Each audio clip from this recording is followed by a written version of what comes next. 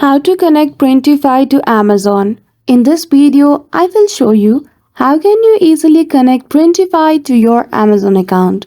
So without any delay, let's get into it. For that, firstly go to the official website of Amazon, or if you have the application in your device, go to the application.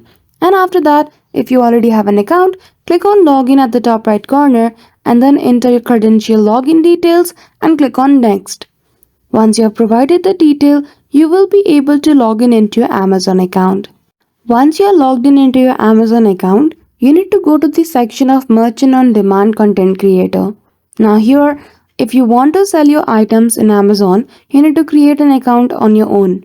But in Amazon, if you want to connect Printify to your Amazon account, it is not directly possible. So either you create your account in Merchant on Demand Content Creator, or you can connect Printify to other platforms like Shopify, which allows you to get connected and there you can sell your products as well.